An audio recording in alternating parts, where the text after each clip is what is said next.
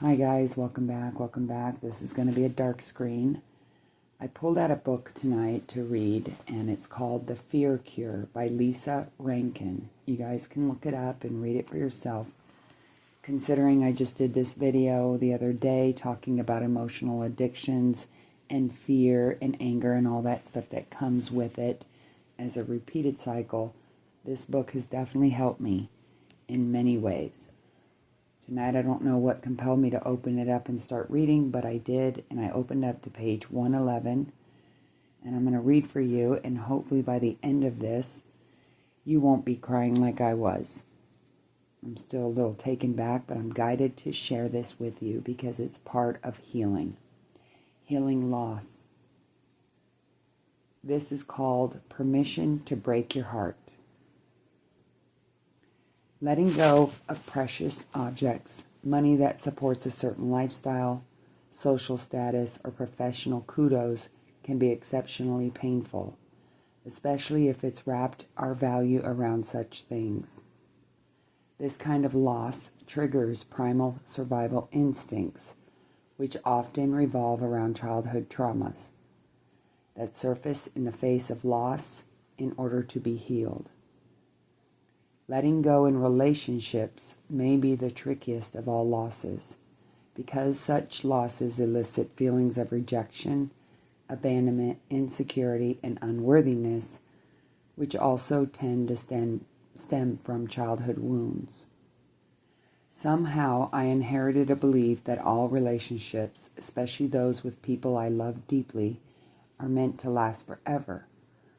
I always figured that if I love someone, we should both be sitting next to each other in our rocking chairs when we're 90. And if we're not, it's because somebody screwed up, probably me.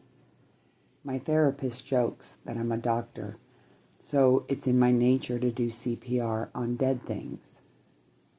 I have a tendency to go overboard to try to save a relationship I value, even when it's obvious to everyone else that it's over.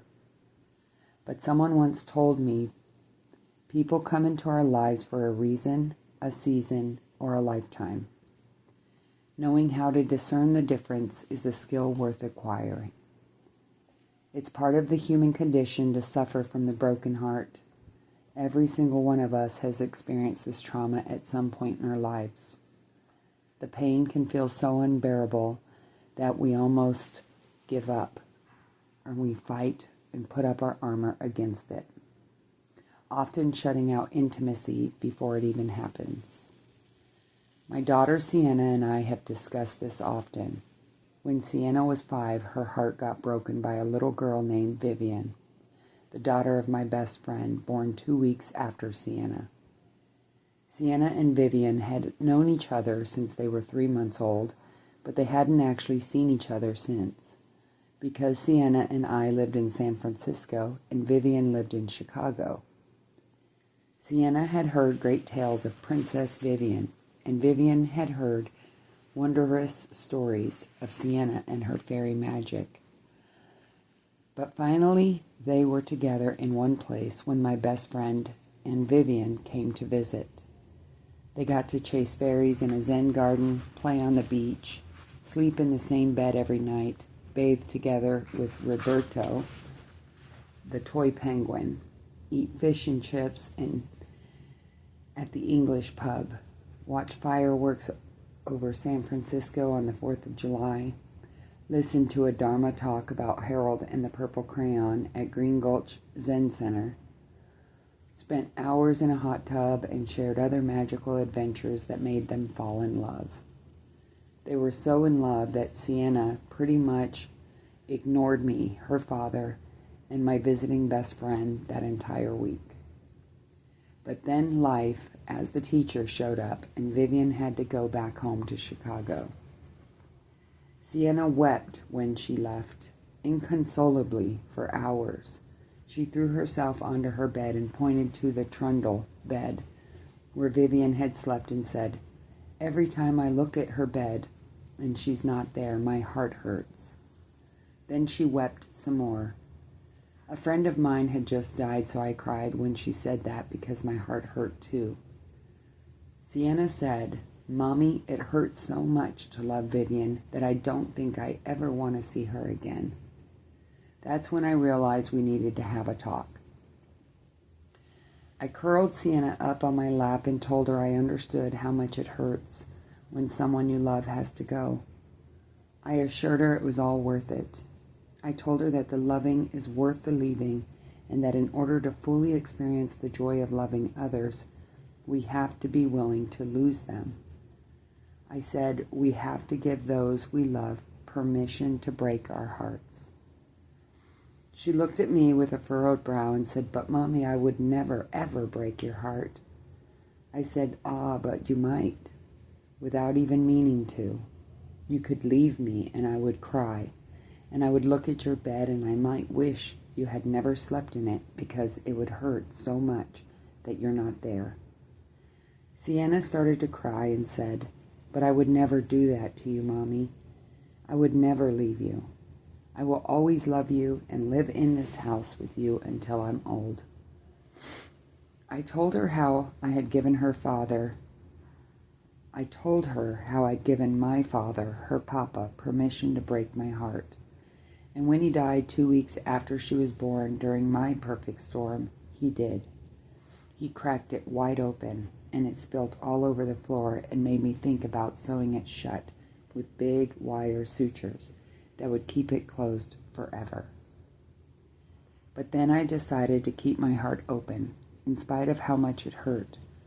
I told Sienna that someday someone she loved, someone she gave permission to break her heart, like me or her father, or her nana, or her dog, Grendel, might break her heart, and she might feel just like she did at that moment, like she didn't want to give any permission to do that ever again.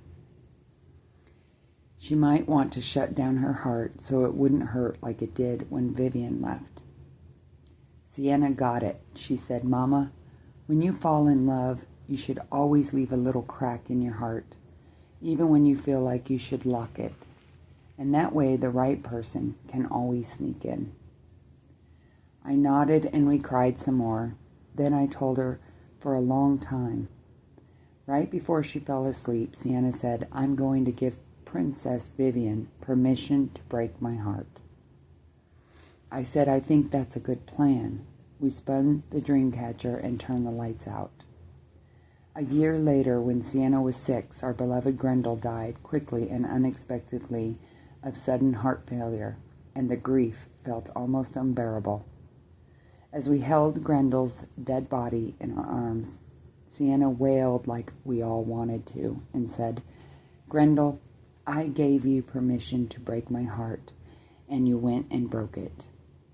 We were at the veterinarian hospital, and even the staff wept. 2 months after we lost Grendel, when our hearts were still raw from the loss, Sienna said, "Mama, I'm ready to give another dog permission to break my heart."